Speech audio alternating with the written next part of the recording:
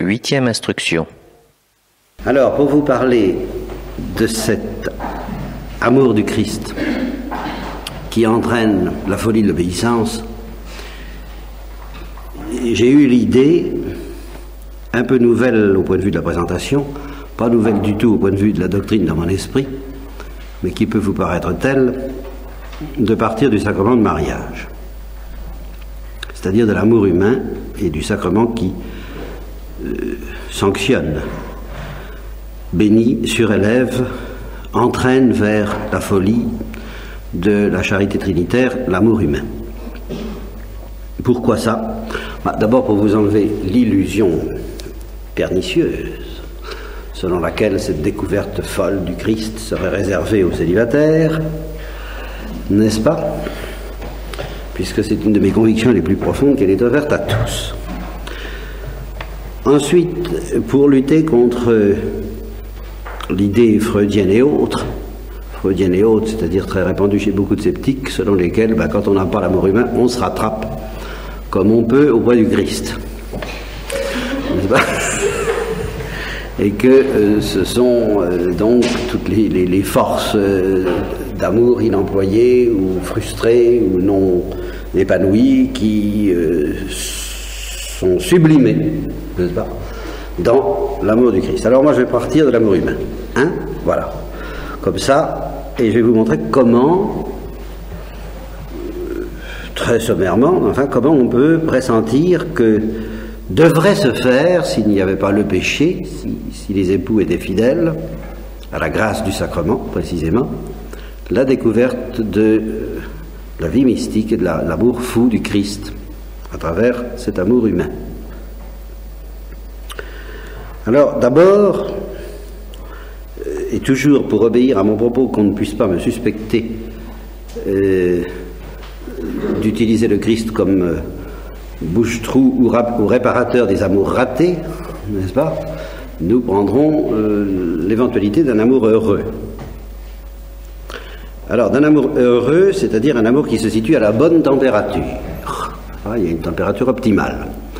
Cette notion de température, je la tire de L'œuf de Félicien Marceau, une pièce de théâtre qui a eu son heure de succès il y a un certain temps déjà, et où le héros fait ses confidences au frère de sa fiancée, et il dit à un moment donné au frère de sa fiancée, écoute, ta sœur, j'ai cru que je l'aimais, et vraiment j'ai cru que je l'aimais, et j'étais prêt, je l'aimais au fond, et j'étais prêt à l'épouser.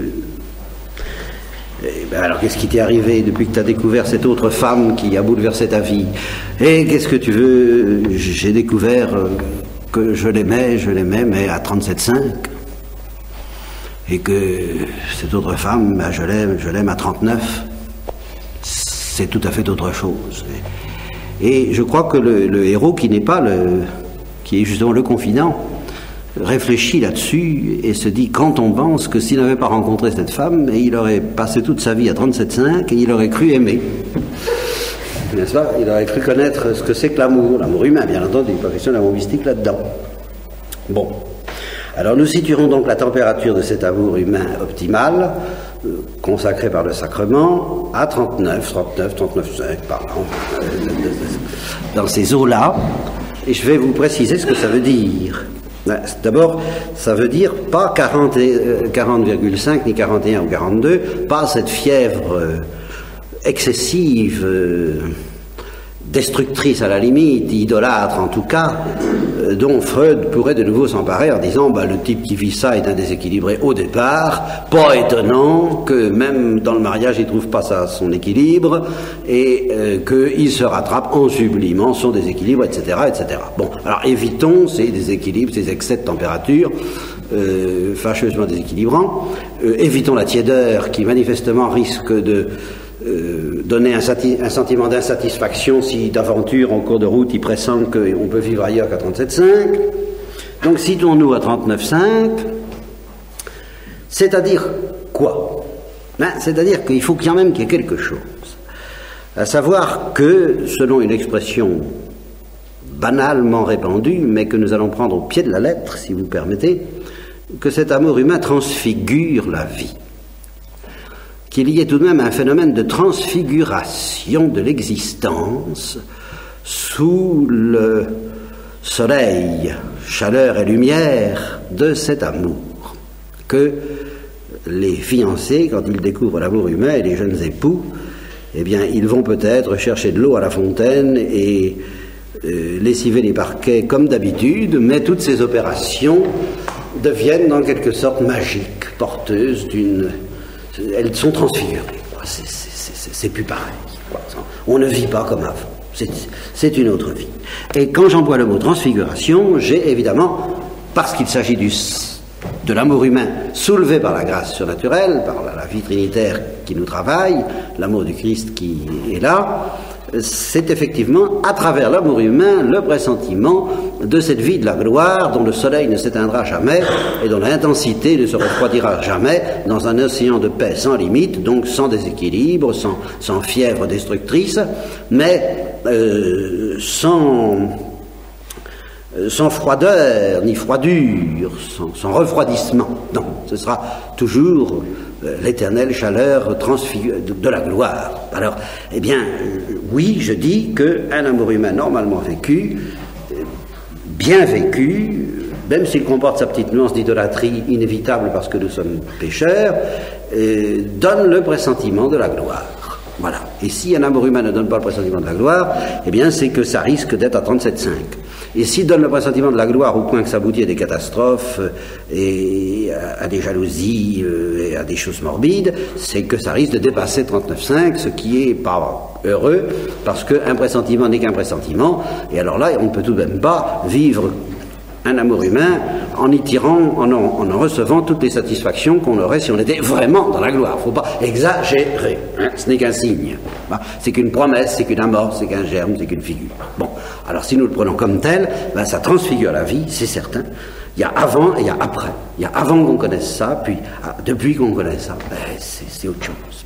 Bien. Alors, si vous admettez cette hypothèse, alors les épouses épousent, n'est-ce pas? Et ils vivent une lune de miel. Ah! Alors qu'est-ce que ça veut dire justement la lune de miel? Eh bien j'appelle lune de miel toute la période de la vie pendant laquelle dure la transfiguration en question. Alors il y en a peut-être des petits malins qui prétendent que ça peut durer toute la vie. Là je m'excuse mais j'y crois pas. Non. Tout de même, il y a une fièvre légère, une exaltation, une surélévation. On marche un peu sur des nuages, on a des ailes. On ne les aura pas toujours, ce que vous voulez. Non, on ne les aura pas toujours. Et il en résulte que dans cet amour humain, ayant ainsi pouvoir de transfiguration, eh bien, on aime deux choses. Je suppose que c'est partagé. Je me mets dans les meilleures conditions de température, c'est le cas de dire, et de pression. Hein, les conditions optimales. Eh bien, c'est partagé. Par conséquent, les deux époux s'aiment, mais ils aiment aussi, et inévitablement, et ce n'est pas tout à fait pareil, nous allons voir pourquoi, ils aiment aussi leur amour.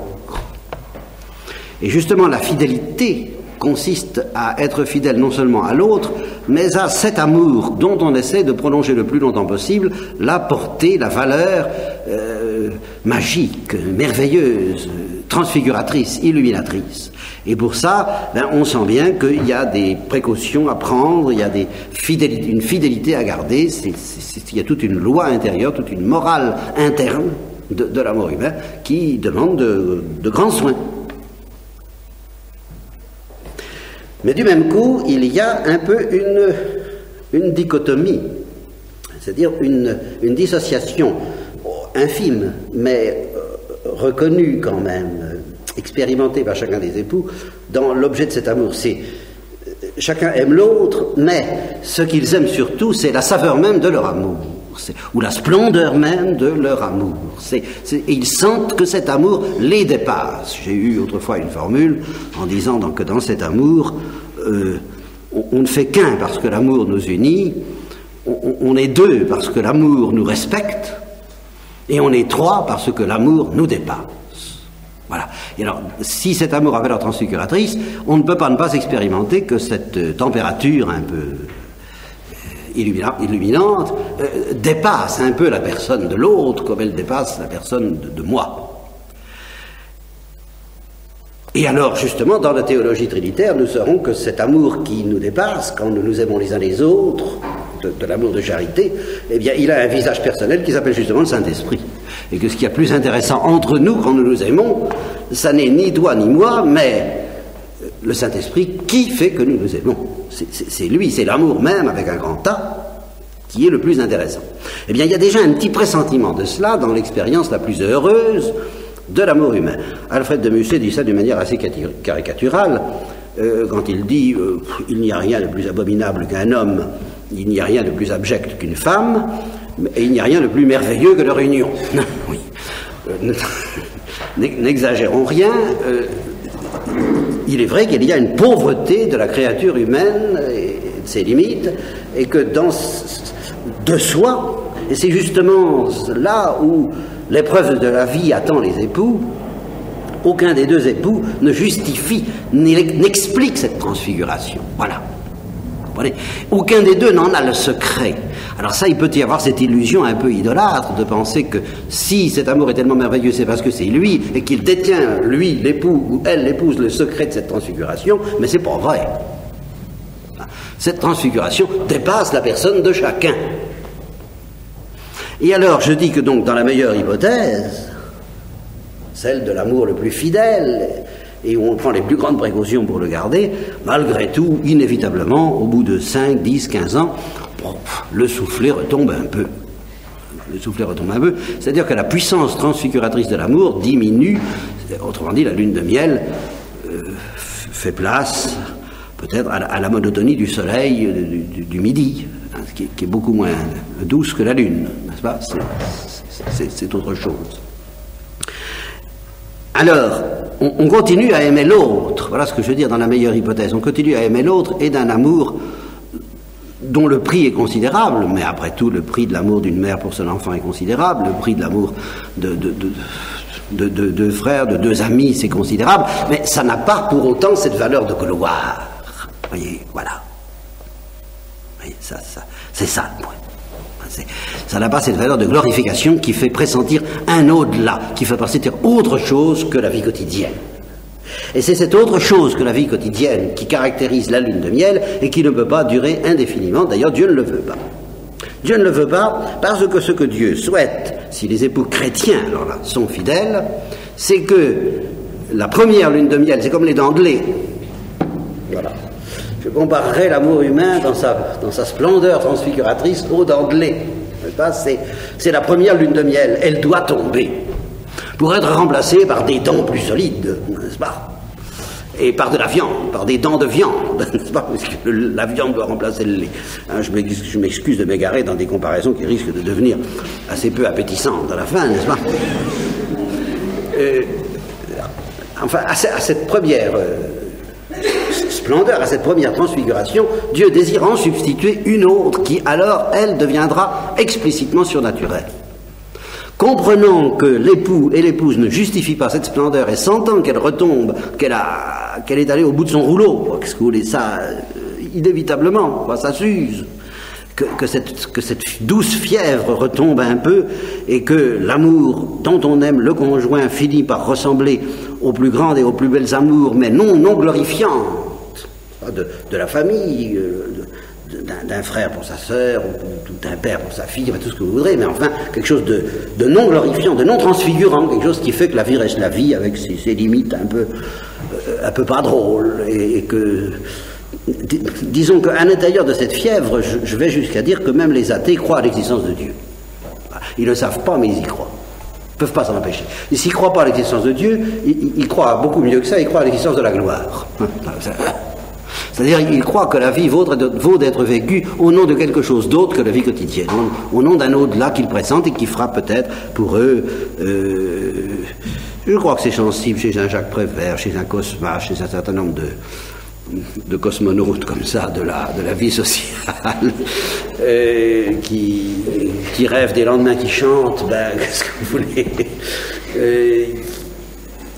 ils pressentent ils croient à la gloire, à leur manière. Alors ce ne sera pas une gloire obtenue à genoux, ce sera, comme Jaurès le dit, une gloire obtenue à la conquête prométhéenne peut-être, mais ils croient à une certaine gloire.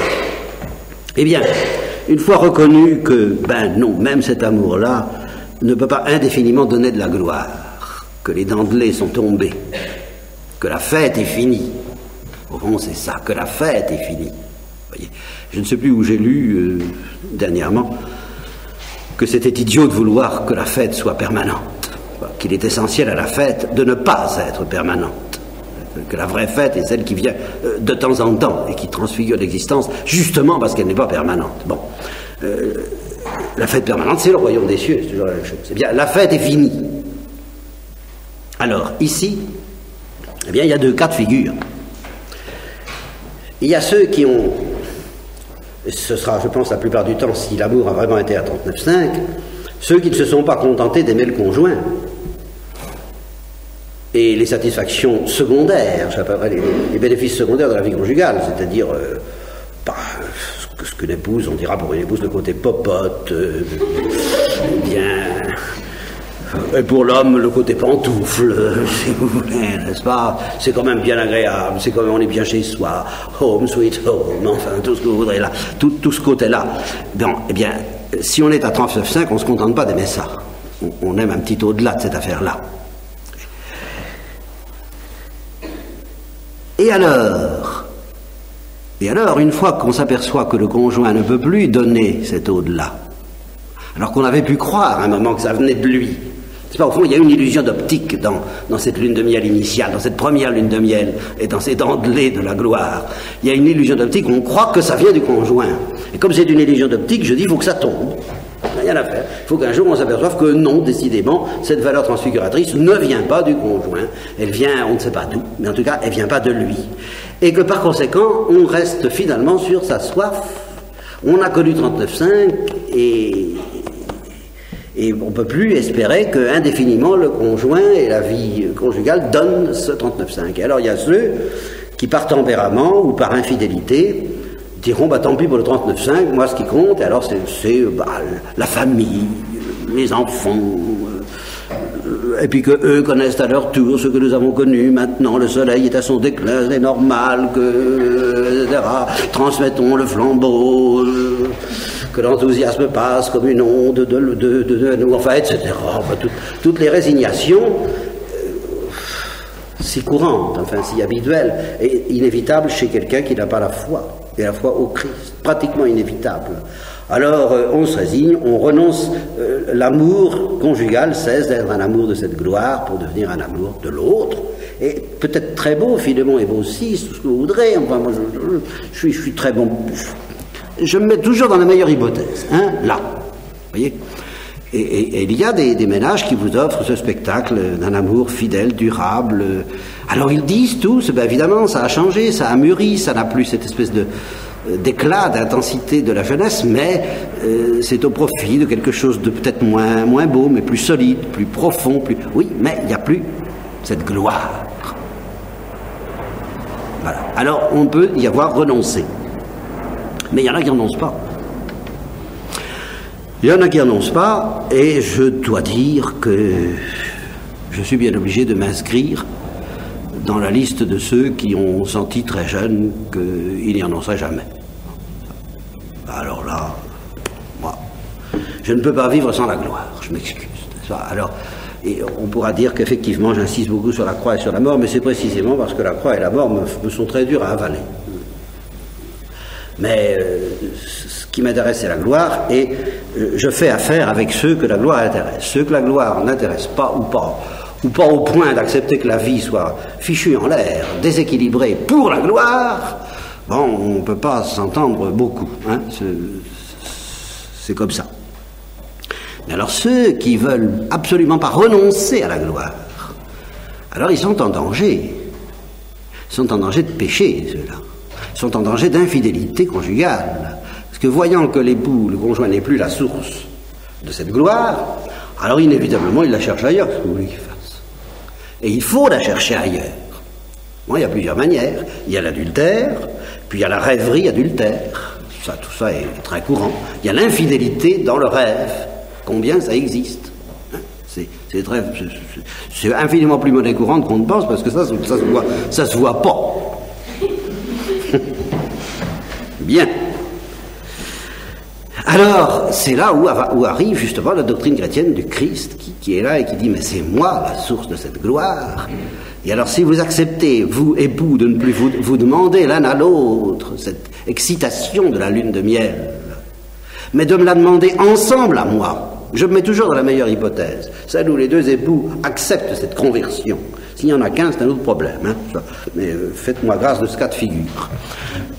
Je me mets dans le meilleur. Eh bien, si tous les deux époux acceptent d'opérer leur conversion, alors de s'aimer, de continuer à s'aimer l'un l'autre comme ils le méritent, en somme, comme ils le méritent, c'est-à-dire comme de pauvres créatures, soudées ensemble par la volonté de Dieu et par le sang du Christ et par des liens très profonds, mais soudés ensemble par le pressentiment d'une gloire qui les soulève, mais qui maintenant a un visage autre que le leur, le visage du Christ et le visage de Marie.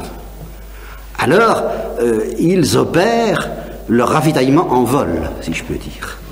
Vous voyez, ils ne sont pas obligés de retomber pour repartir dans une autre vie d'amour, dans une vie mystique. On passe de l'amour humain à la vie mystique, grâce à un certain ravitaillement en vol, c'est-à-dire qu'au fur et à mesure que l'amour humain perd de sa force glorifiante, il est remplacé par un autre amour, mais qui ne va pas du tout produire une infidélité entre les époux, il va simplement, au contraire, faire que la gloire qui soulève cet amour réciproque soit connue, consciemment vécue comme venant d'ailleurs, comme venant de quelqu'un d'autre, qui va être, oui, plus aimé que les époux. Ça revient à dire, mais grâce au visage du Christ, que leur amour, les époux vont aimer leur amour plus que chacun d'eux. Et qu'en aimant leur amour plus que chacun d'eux, eh bien, ils vont s'aimer plus encore l'un l'autre qu'ils ne s'aimaient avant, plus parfaitement. Vous voyez comme ce tableau est magnifique, oui, c'est-à-dire pratiquement irréalisable. Mais, et la plupart du temps irréalisé. Mais enfin, tout de même, c'est théoriquement, enfin, il n'y a pas d'objection contre ça. Il n'y a aucune objection de principe. Je veux dire que le Christ de soi ne vient pas comme un empêcheur de tourner en rond qui demande aux époux de renoncer à l'amour humain. Au contraire, il le sauve. Ce qu'il demande, c'est qu'on renonce. D'abord, ce que demande, c'est qu'on aime dans l'amour humain autre chose que l'amour humain. Ah oui, cette gloire, qu'on soit fidèle à ce pressentiment un peu métaphysique, un peu poétique et un peu fou, un peu lyrique, qui vous a emporté au-dessus de la nature humaine pendant quelque temps, qu'on accepte d'être un peu fou. Ah, évidemment, ceux qui ne veulent pas être fous dans l'amour, alors le moteur ne démarrera jamais. Vous comprenez, le pétard est mouillé au départ, il n'y a pas de pétard. Vous voulez ça, c'est pensé. Et c'est une infidélité. C'est pour ça qu'il m'est arrivé de dire aux jeunes du catéchisme que le premier devoir de morale que je leur incinérais, comme dirait Saint-Père Camembert, que je leur infligeais, c'est « je vivrai un grand amour ». Et que c'est un grand péché que d'abandonner cette idée-là, que d'y renoncer. Je vivrai un grand amour.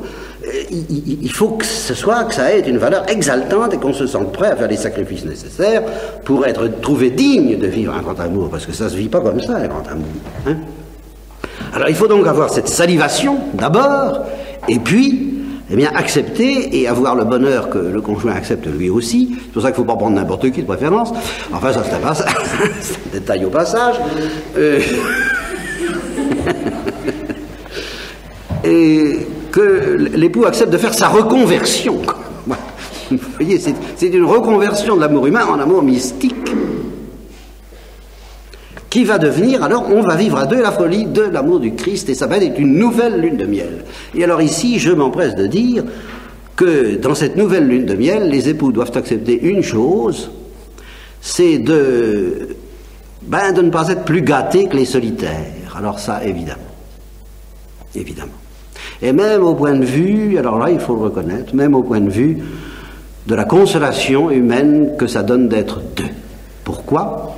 Parce que quand quelqu'un entre dans la vie mystique, quand quelqu'un se laisse séduire par Jésus-Christ et par la folie et par la gloire de l'amour du Christ, il s'aperçoit très vite, et pratiquement d'une manière inévitable, de deux choses. Premièrement, qu'il n'est pas le seul, qu'il y en a d'autres, et qu'entre tous ces gens qui brûlent de l'amour du Christ, un certain amour s'établit qui est d'une qualité transcendante à l'amour conjugal. Ça, c'est un fait. Je suis obligé d'en témoigner. Hein. Moi, alors là. Et c'est cet amour-là qui faisait que les païens disaient des premiers chrétiens, voyez comme ils s'aiment. Ah bah oui, évidemment.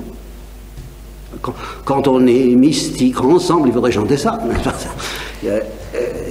Évidemment.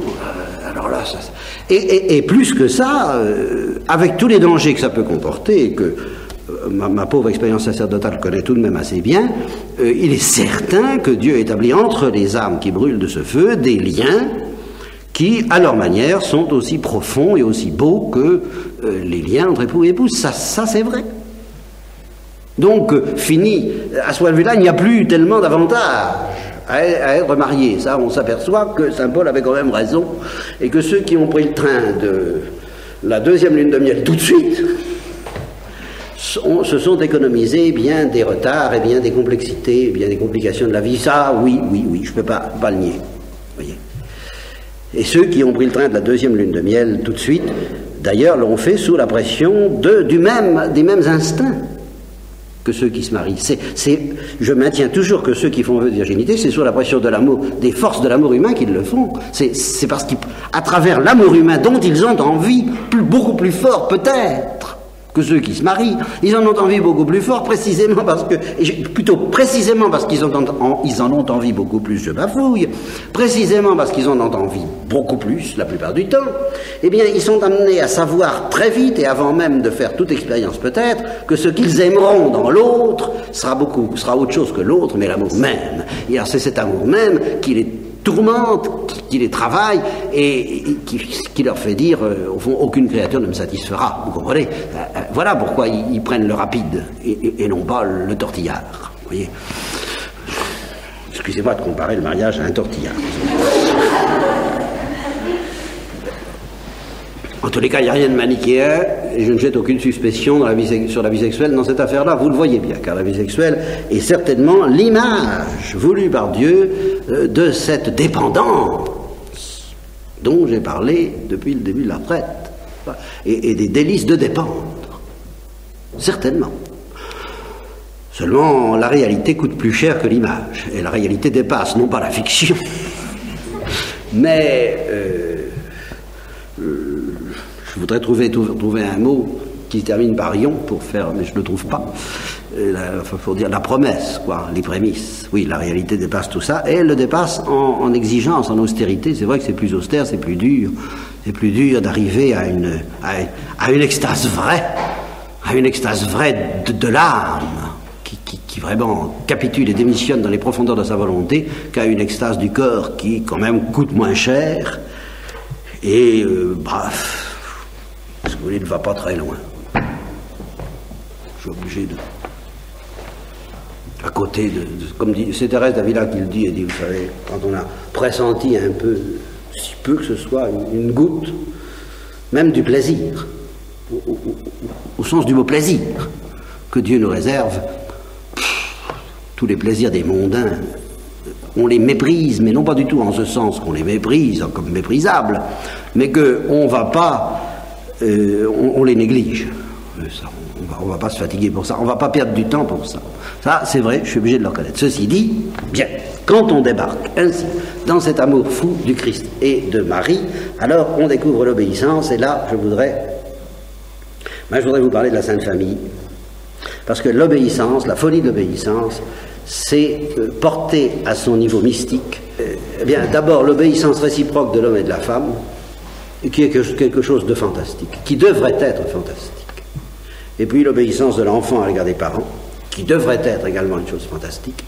Et dans le cas de la Sainte Famille, vous avez l'obéissance des parents à l'égard de l'enfant, qui n'est pas moindre, puisque c'est l'enfant qui est Dieu. Alors là, vous avez le sommet. Et justement, on apprend cette grande loi de l'obéissance folle, c'est que tout le monde obéit à tout le monde. Vous voyez, ça, c'est au fond du fond. Et quand le Christ dit à ceux qu'il appelle fais tout ce que je voudrais, je ferai tout ce que tu voudras, les cyniques et le démon essaient de nous souffler qu'il se fiche de nous, parce qu'en effet, si on veut tout ce qu'il veut, ça ne lui est pas difficile de vouloir tout ce qu'on veut, puisque par définition, on a déjà capitulé. Mais c'est pas ça du tout. C'est que si on se laisse prendre par cet amour qui dit non pas toi mais moi, eh bien, tous les désirs qu'il nous donnera, nous nous apercevrons qu'il est à nos pieds pour les satisfaire. Nous l'expérimenterons concrètement. Alors, déjà, voyons, je ne sais pas jusqu'où j'irai ce soir dans cette investigation. Je voudrais vous donner des consignes plus pratiques demain. Alors, j'aimerais tout de même dire 2 mots de cette obéissance extraordinaire de la Sainte Famille. D'abord, l'obéissance de l'homme et de la femme. Normalement, il ne s'agit pas... C'est vrai que Saint Paul dit « Femmes, soyez soumises à vos maris ». Ben, je suis tout à fait d'accord, il faut que les femmes soient soumises à leur mari. C'est la loi naturelle, mais ça ne veut pas dire que les hommes ne doivent pas être soumis à leurs femmes. Simplement, ils doivent l'être autrement. Chacun des deux doit obéir à l'autre. Et d'ailleurs, si chacun des deux n'obéit pas à l'autre, ils ne peuvent pas dire qu'ils s'aiment. Je le répète, il n'y a pas d'amour sans obéissance. Simplement, la manière dont la femme obéit à l'homme n'est pas la même que celle dont l'homme obéit à la femme, et j'irai jusqu'à dire qu'à certains égards, l'obéissance de l'homme à la femme doit être plus profonde, plus délicate, parce que plus invisible, mais d'autant plus profonde et peut-être d'autant plus exigeante. Pour prendre une comparaison, la première instruction, je vous ai dit, quand on n'a pas envie d'obéir, on s'en sort, entre autres, en invoquant l'obéissance au Saint-Esprit, qui est drôlement pratique. Entendons-nous, l'obéissance au Saint-Esprit est drôlement pratique parce que justement elle est tellement fine et tellement exigeante que la plupart de ceux qui en parlent n'ont même pas le soupçon de quoi ils parlent. Alors ça n'engage évidemment à rien du tout. Mais ceux qui comprennent ce que veut dire l'obéissance au Saint-Esprit comprennent que c'est bien plus terrible à certains égards comme exigence que l'obéissance au Christ. Et alors je dirais que l'obéissance de la femme à l'homme est une image de l'obéissance au Christ et à l'Église, et par conséquent au directeur de conscience éventuellement, dont nous parlerons peut-être demain, ou au supérieur, alors que l'obéissance de l'homme à la femme est une image de l'obéissance au Saint-Esprit. C'est à la manière dont nous obéissons au Saint-Esprit que l'homme doit obéir à la femme, c'est-à-dire que s'ils sont vraiment dans l'amour, comme l'était la Sainte Famille, comme Marie et Joseph, eh bien justement, qui au fond, commandé dans la Sainte Famille. Vous avez, alors en apparence, et pas seulement en apparence, en vérité, mais à un certain plan, c'était Joseph le patron, patron des travailleurs, mais patron aussi de sa femme et de son fils. Marie en second, et puis le petit enfant Jésus par derrière qui trottait bien sage et bien obéissant à ses parents. Si vous regardez les choses en profondeur, c'est Marie qui, au fond, gouvernait Joseph plus profondément que Joseph ne gouvernait Marie, et c'est l'enfant Jésus qui gouvernait les deux plus profondément que les deux gouvernaient l'enfant Jésus. Et ça, c'est ça la vérité. Et justement, si vous savez obéir, ça, il y a des femmes qui comprennent ça très bien, mais très dangereusement, et des directeurs qui, justement, vous avez déjà compris. Si vous savez obéir au directeur de conscience, vous le mènerez par le bout du nez. Ça, c'est évident. Les femmes sentent ça. Mais il y a du vrai, et ça pourrait être authentique, ça peut être authentique. Et dans Homère, il y a d'ailleurs l'épisode, je n'étais pas un très bon élève, mais il y a l'épisode de Nausicaa, où Homère est recueilli par Nausicaa, qui est la fille d'un foyer grec par là, et Nausicaa lui dit, je vais te présenter à mes parents. Évidemment, c'est papa qui décide, mais enfin, si tu veux t'en sortir bien, tâche d'avoir les bonnes grâces de maman, parce que tout dépend de ça. Hein. Voilà l'affaire. Au fond, alors, il y a des caricatures de ça, il y a des désordres, il y a des capitulations inadmissibles de la part des maris, il y a aussi des capitulations inadmissibles de la part des femmes. Ça c'est vrai. Et la capitulation inadmissible de la part de la femme, c'est justement qu'elle accepte, mais elle est quelquefois obligée. Mais quelquefois, elle n'y est pas obligée, elle capitule trop, elle accepte que le mari n'écoute pas ses intuitions. Une femme ne doit jamais accepter ça. Elle ne doit pas avoir de trêve que le mari n'écoute, ce qui s'appelle écouter. Et la capitulation de l'homme, c'est d'accepter que la femme décide. C'est à lui de décider, mais en écoutant. Et c'est à la femme d'exécuter. Alors la caricature, c'est que la femme inspire à l'homme les ordres auxquels elle a envie d'obéir. Vous voyez? Mais ça, c'est la caricature. Et la vérité, c'est tout de même que la femme inspire à l'homme ce que son intuition ne lui permet pas d'expliciter, de déterminer, de trancher, et que l'homme détermine la modalité d'application de cette intuition à laquelle il a été sensible. Il s'est laissé éclairé, blessé, peut-être déchiré par cette intuition de miséricorde, de tendresse que la femme lui suggère, et ensuite il prend les décisions, et il écoute d'autant plus volontiers sa femme qu'il sait qu'elle obéira. Ah! Oui, voilà. Vous voyez? Eh bien, la Sainte Famille réalisait cette obéissance à la perfection, avec en plus l'obéissance à l'enfant Jésus, dont je ne vous parle pas parce que je n'ai pas le temps. Mais il est certain que quand on se met à découvrir le Christ et Marie, alors on est forcément possédé par une folie d'obéissance à leur égard. Et la folie d'obéissance à leur égard va donner du côté de la Sainte Vierge une folie d'obéir au Saint-Esprit, mais la folie d'obéissance à l'égard du Christ va donner une folie d'obéir à l'Église. Et ça va très loin. Et c'est cette obéissance à l'Église, et puis finalement à toute autorité légitime, dont nous reparlerons demain en bouclant ainsi la boucle, puisque nous étions partis de là.